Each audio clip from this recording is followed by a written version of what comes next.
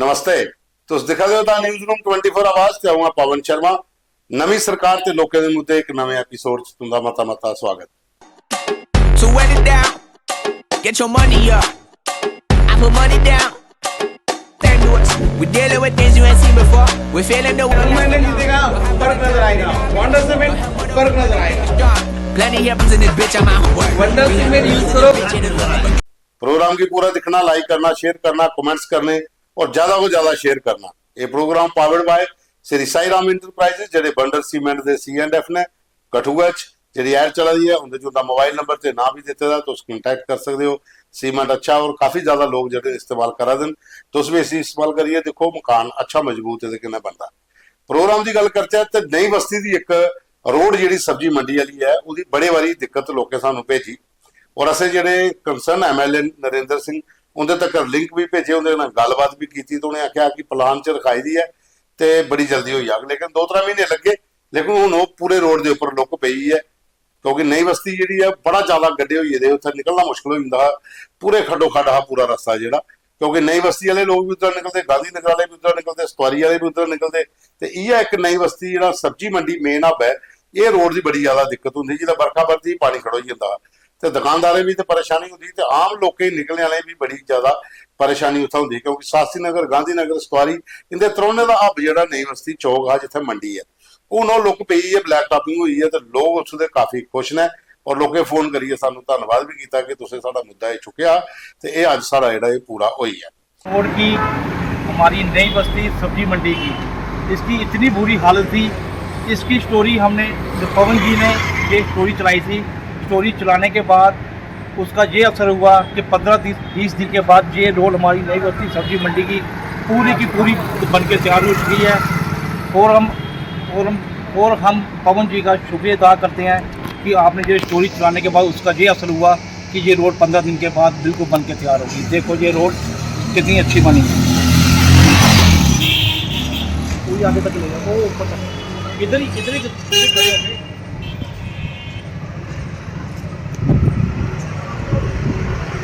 ਉਹਦੇ ਬਾਅਦ ਚ ਇੱਕ ਹੋਰ ਮੁੱਦਾ ਸਾਡੇ ਕੋਲ ਆਇਆ ਇਹ ਹੈ ਵਿਨੋਦ ਕੁਮਾਰ ਹੋਰ ਨੇ ਇਹਨੇ ਪਹਿਲਾਂ ਵੀ ਸਾਨੂੰ ਭੇਜਿਆ ਹੈ ਕਿ ਕੋਹਾਗ ਡਲਨ ਤੋਂ SRTC ਬੱਸ ਦੀ ਸੇਵਾ ਸ਼ੁਰੂ ਕੀਤੀ ਜਾ ਲੇਕਿਨ ਇਹ ਆਖਿਆ ਕਿ ਪਹਿਲਾਂ ਲੋਕਲ ਦੇ ਵਿੱਚ ਜਿਹੜੀ ਬੱਸ ਸਰਵਿਸ ਚਾਹੀਦੀ ਹੈ ਕਿਉਂਕਿ ਸਕੂਲ ਟਾਈਮ ਦੇ ਉੱਪਰ ਉੱਥੇ ਸਰ ਮੈਟਾਡੋਰਾਂ ਚੱਲਦੀਆਂ ਨੇ ਗਿਣੀ ਚੁਣੀਆਂ। ਅਗਰ ਬੱਸ ਹੋਏ ਤੇ ਸਟੂਡੈਂਟਸ ਜਿਹੜੇ ਜ਼ਿਆਦਾ ਬੈਠ ਜਾਂਦੇ ਨੇ 100 ਕੋਲ ਜ਼ਿਆਦਾ ਸਟੂਡੈਂਟਸ ਇੱਕ ਮੈਟਡੋਰ ਚੱਕਾ ਬੈਠਦੇ ब्रेक फेल हुई 2-3 दिन पहले कि बड़ी मुश्किलें जान बची बाकी वाले ड्राइवर ने गड्डी की सांभी लिया। हूँ इस पहाड़ी इलाके च अगर स्टूडेंट्स जोड़े ने जो छुट्टी होंगी है उस टाइम पर अगर बस 1-2 लगी दी हो तो बच्चे बड़े हो जाते, कोई मैडोर चली जाता कोई बस से चली जाता। मैडोर भी लिमिटेड है, बस सर्विस है नहीं है तो स्टूडेंट से घर जाना होंगे तो फिर एको मैडोर च थले भी तो उपर छत भी बैठे दे तो बुरा हाल होंगे उत्थे लोगों का तो बड़ी परेशानी। तो विनोद कुमार ने पहले ही भेजा तो असें सतीश शर्मा जो बिलावर के MLA उनके कन्नै गल भी की है और यह उन्हें लिंक भी भेजना है और कोशिश करी है कि जल्दी को जल्दी जो मसला यह भी किहड़ा तुंदा हल हो जा क्योंकि उत्थे लोगों की दिक्कत जम्मू का जो कोहाग डलन बिलावर के लोग जो इतने बेचारे काम करते हैं उनकी डिमांड है कि एक SRTC बस जम्मू का डायरैक्ट कोहाग डलन तक लगाई जा। वो भी अं सतीश होरें आख्या तो अं थोड़ी वो पर भी कोई ज्यादा काम नहीं होया। उन्हें आख्या कि मैं March-April लवाई देंगे लेकिन हूँ मई भी खत्म होने वाला अं थोड़ी बस लगी नहीं है। लेकिन पहले स्टूडेंट्स वाला मसला यह भी हल हो जा तो ये SRTC बस का मसला यह भी सतीश होंगे रिक्वेस्ट करके कि जल्दी को जल्दी जो इतों के लोगों की परेशानी जो है थोड़ी दूर हो। उसके बाद साढ़े को एक वीडियो फोटो आए थे बीबी बिलावर के सतीश होरें 23 मई की तिरंगा यात्रा कढ़नी है जियां ऑपरेशन संदूर के बाद जगह जगह पर भारतीय जनता पार्टी जी तिरंगा यात्रा शुरू की है, जगह जगह पर रैलियां निकल दी। तो 23 मई की उन्हें कढ़नी है वो उन्हें रामकोट के एक मीटिंग की है। उस मीटिंग के तमाम लोग सदे रहे ये फोटो च सामने जो बैठे लोग उनके मीटिंग हो रही वो इस करिए क्या कि ताकि 23 मई की जी रामकोट तो गुजरू नगरोटा तक तिरंगा यात्रा होनी है और ज्यादा व ज्यादा लोग हिस्सा लैन तो भारतीय सेना का तो सुरक्षा बलों का हथ जो उनका हौसला जो मजबूत होए उनके बारे च उन्हें यह तिरंगा यात्रा कढ़नी तो लोगों अगर अपील की है कि ज्यादा को ज्यादा लोग जोड़े वो इतने आन। उसके बाद साढ़े को एक फोटो आए थे भी तिरंगा यात्रा ये सांबा, विजयपुर, बड़ी ब्राह्मणा ये रामगढ़ ये 4 मंडल जोड़े ने BJP के 2 विधान सभा के इतने भी तिरंगा यात्रा निकली है।